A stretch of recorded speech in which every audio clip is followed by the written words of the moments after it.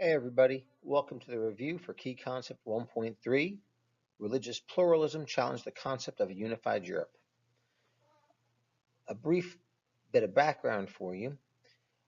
Western Christians were supposedly united throughout the early age of Christianity from the 300s until 1054, when the first great schism in the church occurred.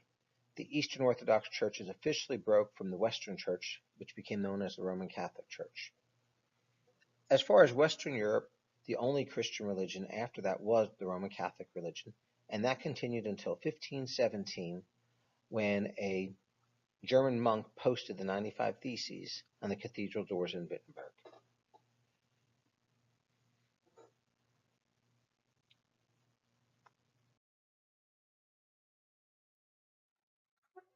During the course of the 16th century, the Protestant and Catholic Reformations fundamentally changed theology, religious institutions, and the culture of Western Europe.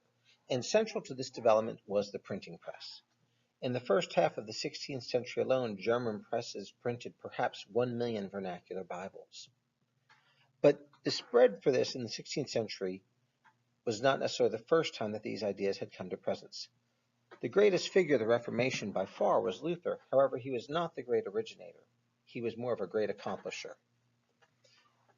Lollards, who followed John Wycliffe in England, Hussites, who followed John Hus in Bohemia, had originated some of these early ideas as well. However, they didn't have the advantage of having the printing press.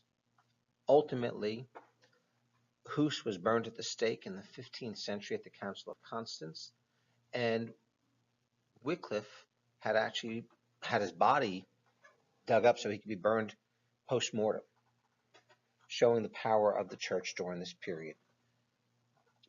Eventually, though, however, there were many that wished to reform the church, and for good reason. The first round of ideas prior to Luther that had the most direct influence were the idea of the Northern Renaissance thinkers. The Northern Renaissance was more religious in nature than the Italian Renaissance, and the scholars of this area in this period of time were known as Christian humanists. Perhaps the most important Christian humanist was Desiderius Erasmus. Erasmus himself had published several works that were largely critical of the abuses of the Catholic Church, and had many basically said that Erasmus laid the egg that Luther later hatched. However, in addition to Erasmus, another significant figure of this period was Sir Thomas More. And although Sir Thomas More and Erasmus both remained dedicated Catholics, Sir Thomas More, just like Erasmus, felt that the church needed to reform itself from within. Erasmus's most famous work is a book called In Praise of Folly, which, once again, basically makes fun of the way the church and church officials behaved. Sir Thomas More's most famous book is Utopia, which showed a perfect world, a world without greed, and displayed this idea that, society was really what was corrupt, and society corrupted people, the society of the Renaissance. Interestingly, Sir Thomas More met his maker when he refused to support Henry VIII's religious conversion to the Anglican Church in England.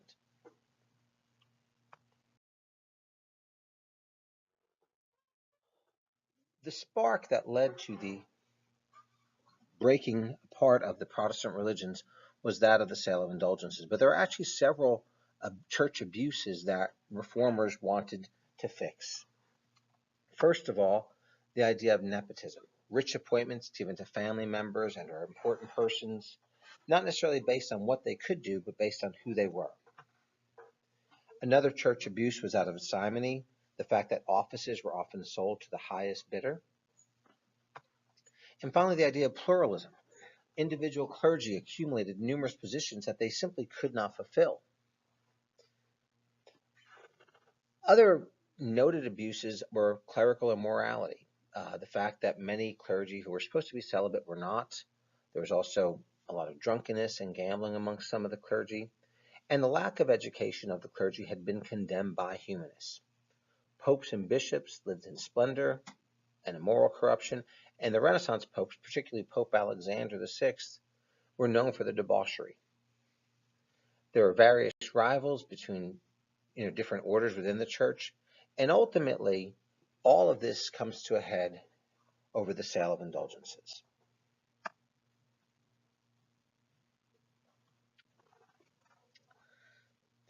During the 16th century, the church was attempting to rebuild St. Peter's Cathedral and needed cash in order to finance it. And they sent out indulgences to be sold throughout Western Europe. These indulgences, basically get out of hell free cards, could free people from sin. And at one point, they were even used to forgive future sins or forgive dead relatives from sins. One of the most successful papal agents who sold the indulgences was Johannes Tetzel. He was a wandering friar, and he had been authorized by Pope Leo X to sell them in the German states. And once again, these proceeds could be used to rebuild St. Peter's Church in Rome. They would also go back to pay the Fugger family for loans that they had made to the church positions as well. Men and women could buy indulgences for deceased parents, relatives, friends. And, Tetzel himself had a slogan: as soon as the coin in the coffer tings, the soul from purgatory springs. Donors would not only get complete absolution and remission of all sins, but also preferential treatment for their future sins. And these sealed letters, as shown, stating that even the sins a man was intending to commit could be forgiven. Tetzel even created a chart with specific prices for the forgiveness of particular sins. Any sin was forgivable, and interestingly, the price of an indulgence was based upon income and how much one made. Enter into the picture Martin Luther. Enter into the picture Martin Luther. Martin Luther, a German monk and professor of religion, whose search for salvation led him to study the letters of St. Paul. And he himself had been somewhat of a tortured soul. He was the son of a miner from Saxony in central Germany. And at one point, he studied law at the behest of his father. And on a journey home, he got stuck in a bad storm. And he swore that this storm, if he survived it, he would dedicate his life to God. And he underwent a religious experience and became a friar. Supposedly, he had never seen a Bible until he was 20 years old, but he was incredibly skilled with language, and most historians claim the printing press facilitated his success. An interesting side note: his most interesting ideas or revolutionary ideas came to him while he sat on the commode. Anyway, the idea that he was this tortured soul, he believed that the traditional means of attaining salvation through good works were inadequate, and that belief and faith was central to Christianity. The only way to obtain grace was through salvation. With that said, with this idea of salvation, he condemned indulgences as contrary to Christianity. And he hated the belief that, repentance could be bought. He believed there was no biblical base that existed for indulgences. And on October 31st, 1517, supposedly he posted at the door of the Wittenberg church the points of his opposition to indulgences, known as the 95 Theses. Whether he posted them on the church or not, which, by the way, during that time period would not have been something that was not normal. In fact, it would have been the equivalent of, announcing that you wanted to debate someone, which was not necessarily uncommon. He also knew the next day was All Saints' Day, and there would be a large crowd at the church to view his ideas.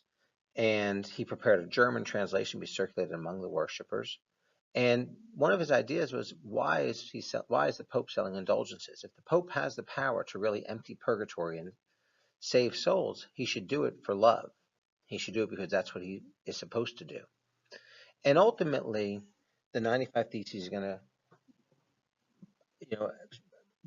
promote the idea of salvation by faith alone. This whole idea that good works cannot guarantee salvation, but are rather an outward manifestation of the faith that a loving God will grant that salvation.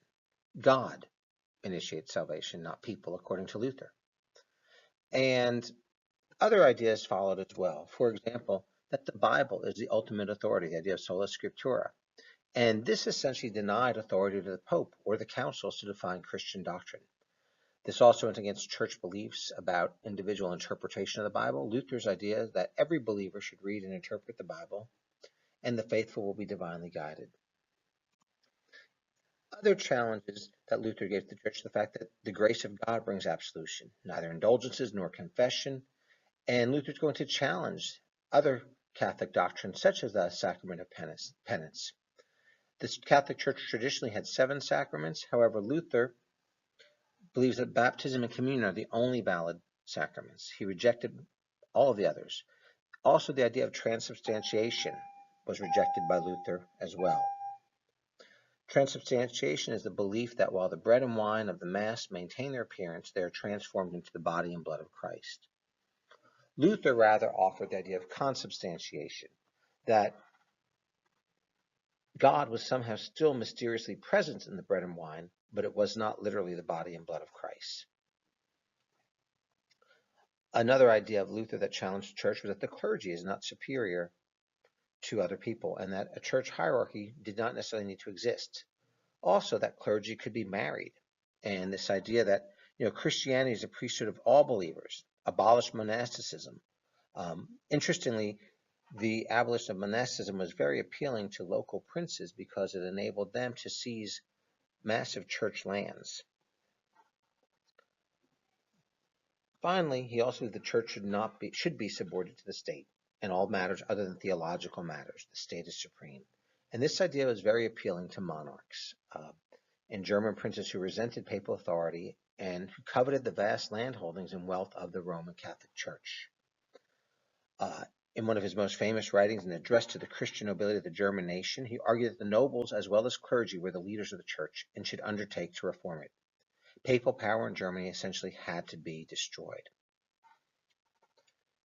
The Pope himself did not necessarily view Luther as a threat until it was too late. He initially viewed the theses as a dispute between monks, and when Tetzel had failed to challenge Luther effectively, the Pope essentially then wanted to put Luther in his place as well. Ultimately, Luther was called before the Diet of Worms, and he denied the authority of the Pope. He was excommunicated by Charles V, and the Pope, excommunicated by the Pope and declared an outlaw by Charles V, and went into hiding for 1 year where he translated the New Testament into German.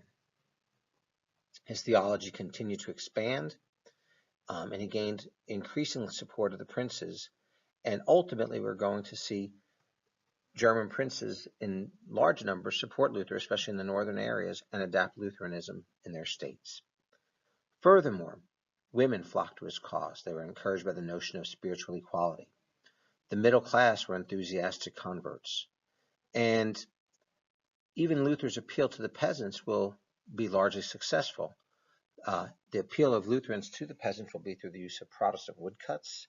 And these will teach the stories of why the Pope was corrupt and the problems of the Roman Catholic Church. Unfortunately, these ideas also led to the peasant revolts in 1525, when they took the idea that it was okay to revolt against the church. That made it also okay to revolt against the lords. After the peasant revolts were put down, we will see a substantial decrease in the use of woodcuts to convert the peasantry. By 1529, 1530, the tenets of Lutheranism are set forth, and we'll see the idea that Lutheranism was essentially the ideas of salvation derived through faith alone, not faith in good works. Religious authority rests with the Bible, not the Pope. The church consists of the entire community of Christians. Work is sacred. Everyone should serve God in his or her individual vocation. And basically, it was a reformulation of Christian beliefs and practices as well as it spread. Lutheranism also spread into Scandinavia, where the states adopted those churches.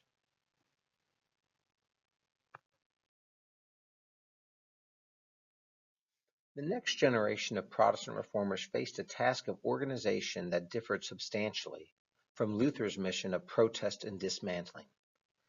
Ultimately, the new reforms of Protestantism will play an important role as institutional questions and doctrinal issues will separate the many various the many Protestant religions from each other. One of the earliest Protestant variants were the Anabaptists. First Anabaptists appeared in Zurich in 1525, were known as the Swiss Brethren, and for the most part, Anabaptists were persecuted not only by Catholics but by other Protestant groups as well. And this was because they preached the idea of adult baptism.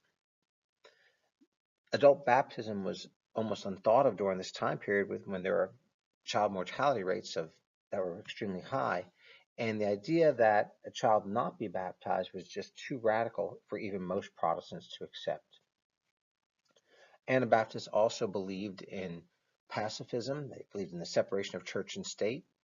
And the idea, while it sounds in many ways that the Anabaptists were very enlightened with these ideals, pacifism and separation of church and state, part of it was a natural reaction to the fact that there was no state. Anabaptists were scattered throughout the continent. And that, played into the fact that they thought that they should be separate. They also admitted women into the ministry. And most Anabaptists were generally workers or peasants who followed Old Testament practices, some including polygamy. Some of them abolished private property, the death penalty for insubordinate wives as well. All women under a certain age had to marry or they faced expulsion.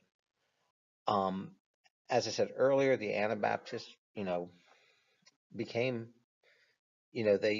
became weary of other groups, and their beliefs were considered revolutionary, and they were severely persecuted as well.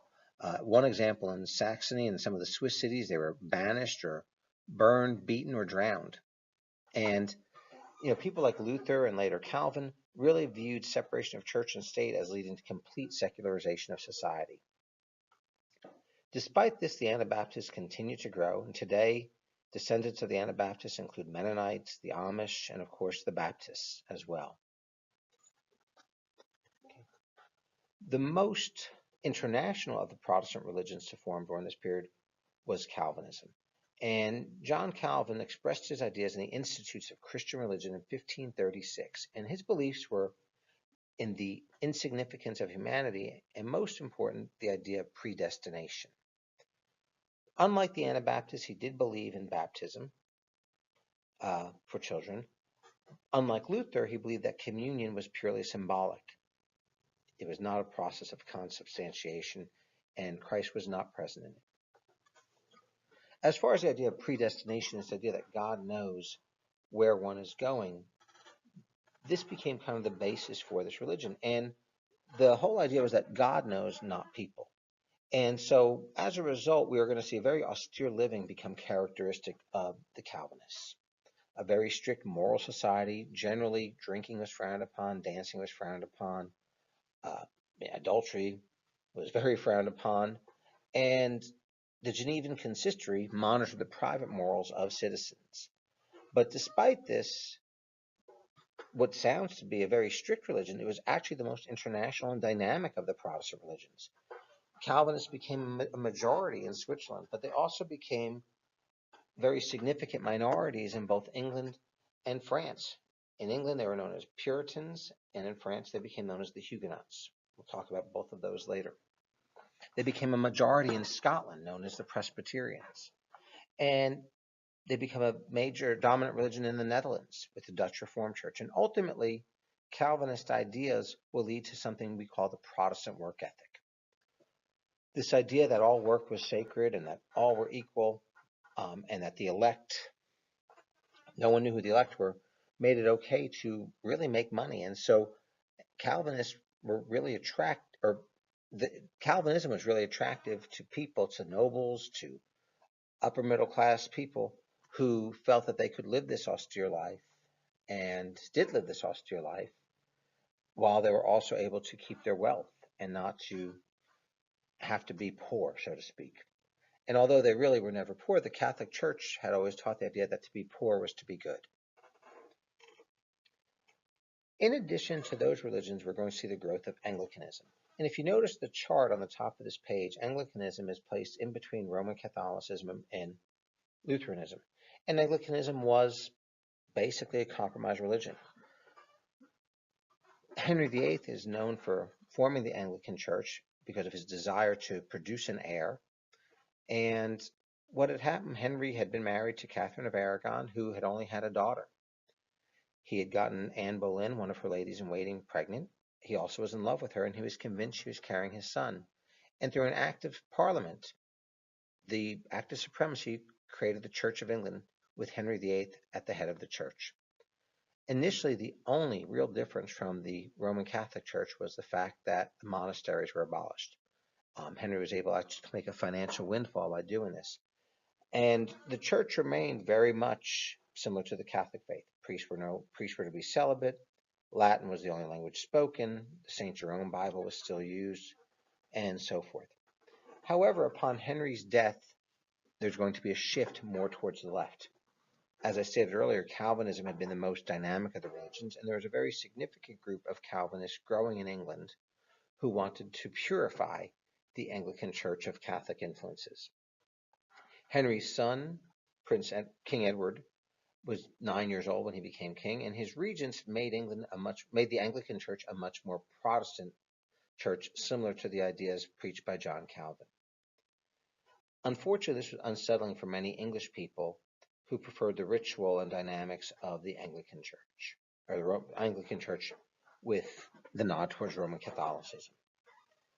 After Edward's death, his sister Mary became the new queen, and Mary, the very Catholic daughter of Catherine of Aragon, who was the very Catholic granddaughter of Ferdinand and Isabella, brought England back to Catholicism. She's known as Bloody Mary for her persecution of Protestants during this time period.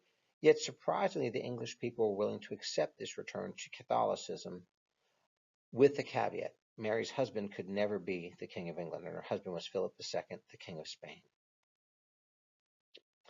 After Mary's death, Elizabeth, the daughter of Henry VIII and Anne Boleyn, became the new queen. And known as the Virgin Queen because she never married, Elizabeth made the Anglican Church somewhat what it is today. Some tenets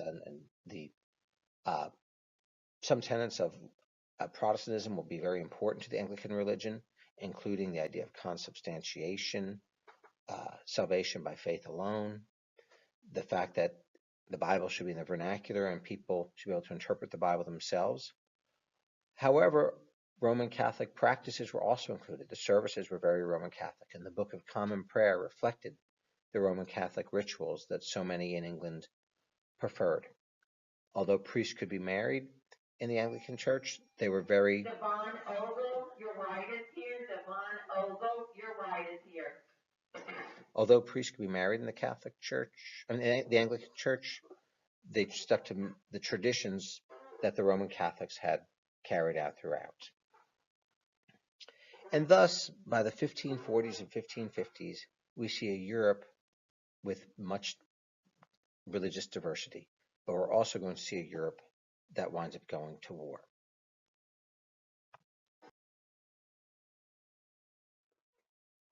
What was the Catholic Church doing through all of this? For one, some of the earlier popes, such as Clement VII, was probably more interested in promoting art than actually doing anything to change the church. And at one point, when Rome was sacked in 1527, he was captured, and many saw that as a judgment of God against the lives of Renaissance popes. But the fear of loss of papal powers at the hands of councils or church leaders, kept really the popes from really doing much. However, in 1534, Pope Paul III is going to reassert papal leadership and institute reforms. He's going to take some new steps towards organization. He's going to establish an inquisition in the papal states to keep Protestantism out. But most importantly, he's going to call a council to reform the church. And this council, known as the Council of Trent, which will meet in 3 sessions between 1545 and 1563, is going to revive the Catholic Church. Although one of the goals was to reconcile with the Protestants, Lutherans and Calvinists, for example, were invited, but they essentially, really wouldn't have much say. No Protestants attended, and Italian bishops predominated. Very few German bishops attended. Instead, what the Council of Trent will do is to define Catholic dogmas, basically reassert Catholic doctrine. The council is going to reiterate the ideas of salvation by both faith and good works, that individuals cannot interpret the Bible without the guidance of the church, and the only valid version of the Bible was the St. Jerome's Latin translation. Further, resubstantiated that there are 7 sacraments, and transubstantiation was reaffirmed. The ideas of monasticism, clerical celibacy, and the existence of purgatory were reaffirmed as well. Another central part of the Council of Trent was there were attempts made to reform abuses. Although the principle of indulgences was upheld, the sale of indulgences and the hawking was no longer upheld. The sale of church offices was curtailed. Bishops were given greater power over clergy. Seminaries were established to train priests. Clerical celibacy was to be enforced. And for the next 4 centuries, the Council of Trent's doctrinal and disciplinary legislation served as a basis for Roman Catholic faith, organization, and practice. In addition, we're going to see the formation of new religious orders, such as the Ursulines and others.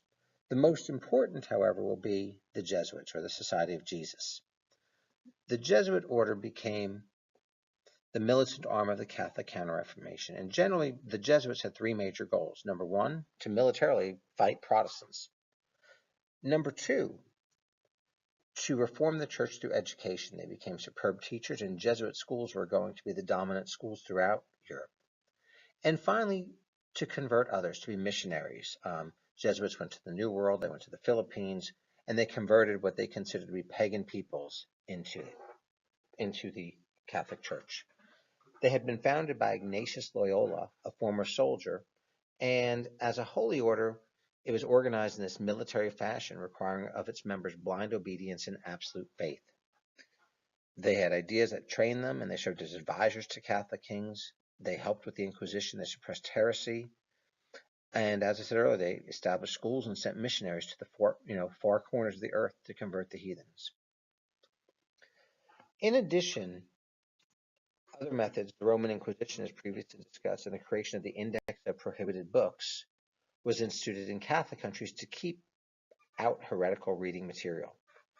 And finally, the use of Baroque art, a concept we earlier discussed, to show the splendor of the church, will be used during the Counter-Reformation as well, especially compared with the Calvinist churches, which had banned any and all icons and were literally just 4 walls.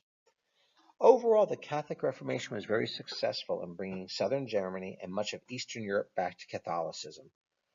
I think it was said that perhaps 1/3 of the people who originally left the church, or 1/2, came back to the Catholic fold.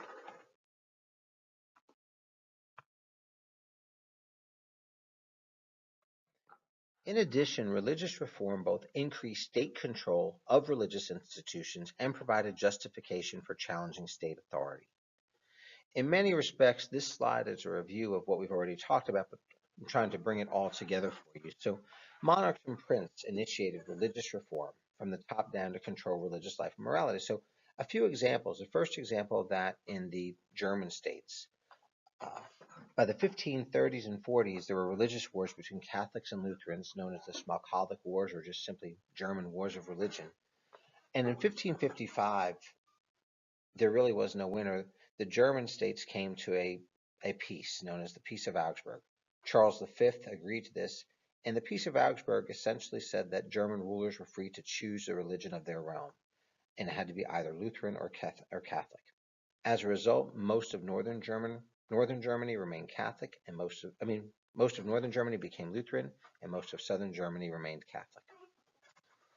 Also, in countries such as Spain, they used the Inquisition to further solidify religion. And interestingly, both Spain and later on France, although both Catholic countries, will have a good deal of control over both the clergy and religious policies in their countries.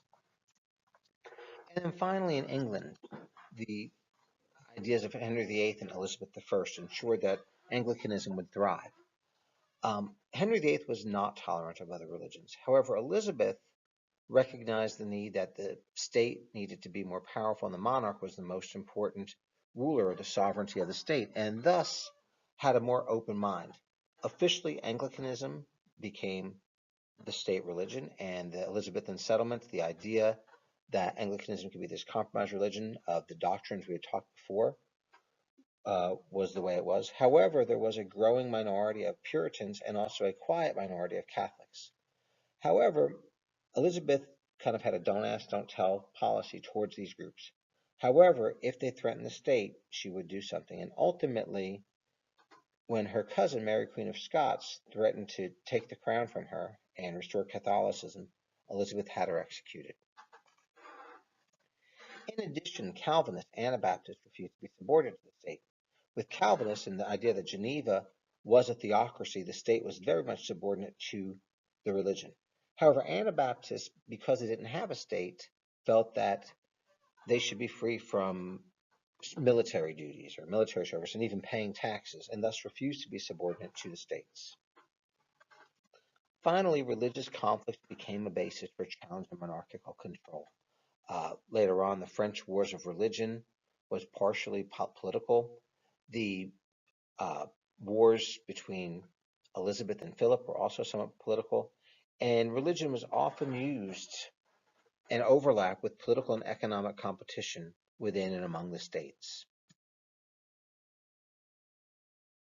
This is best exemplified by the French Wars of Religion. And the Huguenots had actually gained quite a little stronghold in France. Although less than 10% of the population, about 50% of the nobles had converted to the Huguenot religion by the 1550s. And after the death of Henry II, his wife, Catherine de' Medici, is going to rule as regent for his sons, first Charles and later Henry III, for a brief period. As far as the regency of Catherine de' Medici, France was in an awkward spot. The monarchy, the House of Valois, was not very strong. The young Charles was king. His mother, seen as an Italian foreigner, was ruling for him. And although the Valois were Catholic, they probably were more politiques along the ideas that do whatever they could to keep their power. As a mother, Catherine wanted to ensure that her children would remain on the throne. However, to the far right in France was the Guise family, and this was the leader of the ultra-Catholics. They were led by Henry of Guise, and were probably the most powerful family in France. Unfortunately for Catherine de' Medici and the Valois, they often found themselves at the mercy of the Guise family and had to keep Guise support. On the other end of the spectrum were the Huguenots, led by Henry of Navarre. In an attempt to reconcile with the Huguenots, Catherine de' Medici was having her daughter wed to Henry of Navarre in Paris. However, Guise's slyness and Catherine's complicity led to the St. Bartholomew's Day massacre in 1572, in which the Catholics slaughtered Huguenots, and this went on throughout France. After this, the wars of religion, which had existed since the 1560s, began to intensify, and they peaked in 1588 with the War of the Three Henrys. Henry of Navarre had the very good fortune of seeing his chief rivals, Henry of Guise and Henry III, both killed during the same year. Henry III of the House of Valois had come of his own age and ruled himself, and he did not like the influence of Henry of Guise, and therefore he arranged to have him assassinated. However, a supporter of Henry of Guise then went and assassinated Henry III, thus leaving Henry of Navarre as next in line to the throne. He became Henry IV, supposedly said Paris is worth a mass, converted to Catholicism, and became the new king of France, thus establishing the Bourbon dynasty, which would remain in power until the French Revolutionary period, and then resume power after that period for a brief period as well. Henry of Navarre, or Henry IV, however, did not forget his Protestant roots, and although he became a Catholic, he instituted the Edict of Nantes. The Edict of Nantes essentially ensured that there could be two faiths in France. Huguenots were free to practice in Huguenot towns. They could serve on state committees, and they were free to even fortify their own towns. This worked enough to end the wars, and Henry was able to rebuild France into a stronger country and a power once again.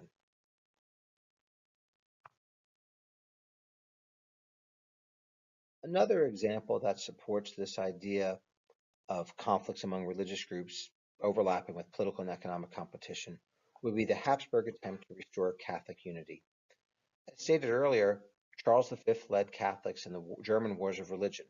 However, he was also at times fighting the French, the English, and the Ottomans, and was unable to return Germany or the German states to the Catholic fold.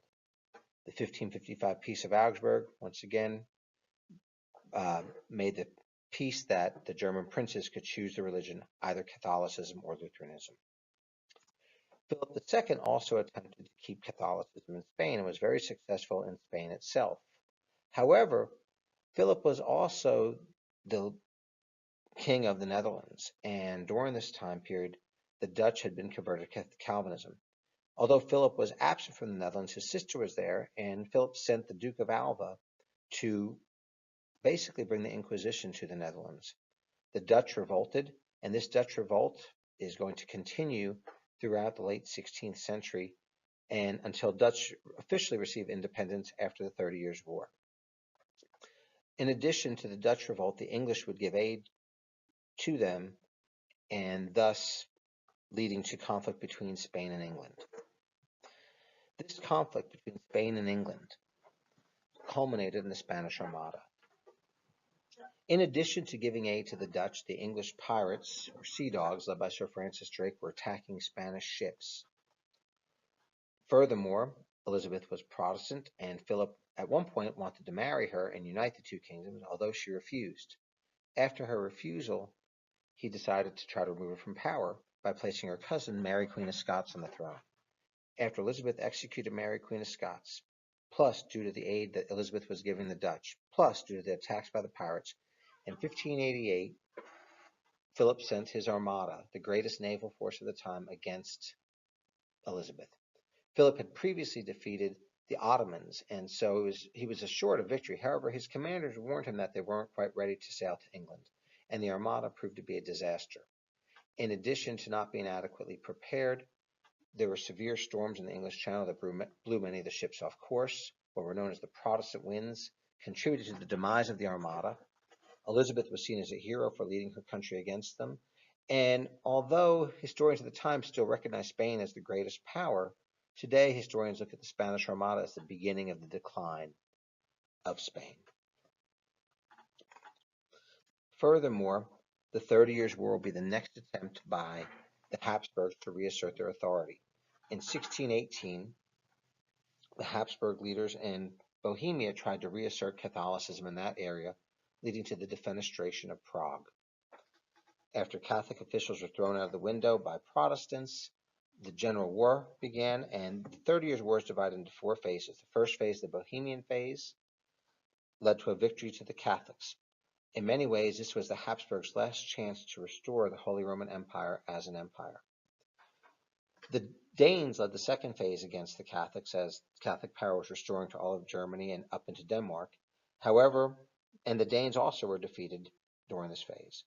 The third phase, however, was led by the Swedes, and Gustavus Adolphus brought in these new military techniques. Adolphus was killed in battle, and the Swedes ultimately needed the help of the French, and the fourth and final phase was the French phase, in which Cardinal Richelieu, a fellow Catholic, decided the threat of Habsburg control of Europe was more important than the Catholic orthodoxy. The French were able to defeat the Habsburgs in the 30 Years' War, and in 1648 the Peace of Westphalia was signed, which reorganized the continent. At this point, the Holy Roman Empire was neither holy nor Roman nor an empire, and existed for name and prestige only.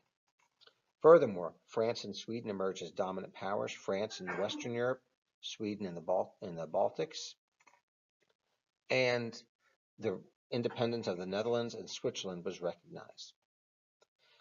The Habsburgs are going to focus their power in the state of Austria, and the Hohenzollern family is going to rise to power in Prussia.